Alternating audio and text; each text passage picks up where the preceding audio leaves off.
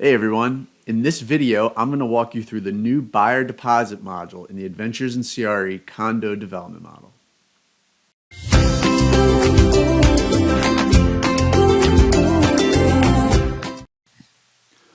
Alright, so this is the recently updated condo development model with the buyer deposit tracker tab added in. And you'll notice down here, you'll see it right here. Why don't we start over in the tracker and I can provide you with all the details of how it works and how it's integrated within the model. So first and foremost, probably when you download the model, this will be off. And so you'll want to come into this tab and turn it on. And once you turn it on, this whole section down here will open up. As you can see in the model that you have, it'll be pre-populated with the info you see here. And right now there are, in this project, 10 condos that were pre-sold and have accepted deposits. Now, if you ever wanted to change this number, you simply come back to the Inputs tab, and like the original version, you'll update the amount of pre-sold units. So if we wanted 20, you come back here and you'll notice now there are 20 rows that are open. And this goes all the way up to 50 units. Come back here and turn this to 10. And so it's very straightforward. All the blue, the text that is blue within all the cells are numbers that you update. So in column C, you'll put in somebody's last name, D, their first name, the total deposit amount. And then out here, you have the ability to fund or have money fund the development up to 5 times. So you'll see 1, 2, 3, 4, 5. And then you can pick specific dates upon which that money comes out. Now, usually there's some milestone you'll reach during construction, and at that day you'll fund, so you'll note that we have all the same dates. Now, for some reason, you're able to fund all these at unique periods. You have the ability for each deposit that comes in to fund whatever amount at any date you want. And then whatever's left over at the funded close date, that balance will be funded at that time. And I believe I put this in, if you ever go more than in aggregate, if all 5 of these funding amounts are more than the total amount deposited here, you should get an error warning or a trigger. Yeah, there you go. And that will let you know that you've funded too much money in any of these dates compared to the total deposit amount.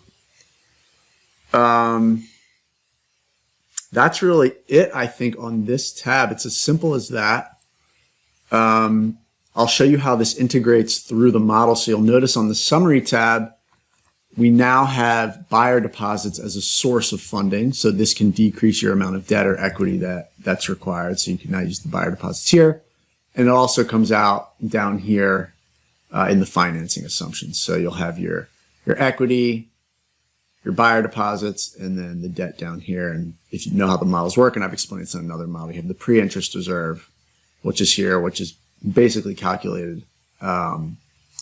We have this pre-interest reserve to calculate our interest reserve without circular referencing, which is explained in another video. So the buyer deposits are here and here. You'll see a note here. It says if you're not utilizing the buyer deposits, go to the buyer deposit tracker and turn off the module in cell D5.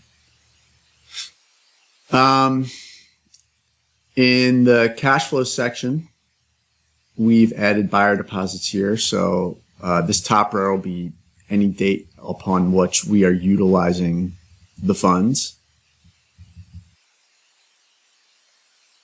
Or I'm sorry, the top line is any date in which the funds have come in. So there's a funding date. And then we have a running balance of funds that are available in the next row. And then the money that's been utilized for construction are below that. So if our balance, what's available will come out, and then any remaining balance, if there is, will come out in the further periods. And then the last row is money that's applied at close. So if we scroll down here, you'll see that there's a $4 million balance remaining, and that's being used upon the date of which construction is finished, and we close on all the properties and those sales are finalized. And so you'll note here, there's $4 million in aggregate. And then in the annual deposits, we just added this buyer deposits. These are the deposits utilized for construction, which is the $6 million. And then again, that $4 million at the end of the period are not utilized for construction, but are there as proceeds for when the projects are closed. And that is it, I think.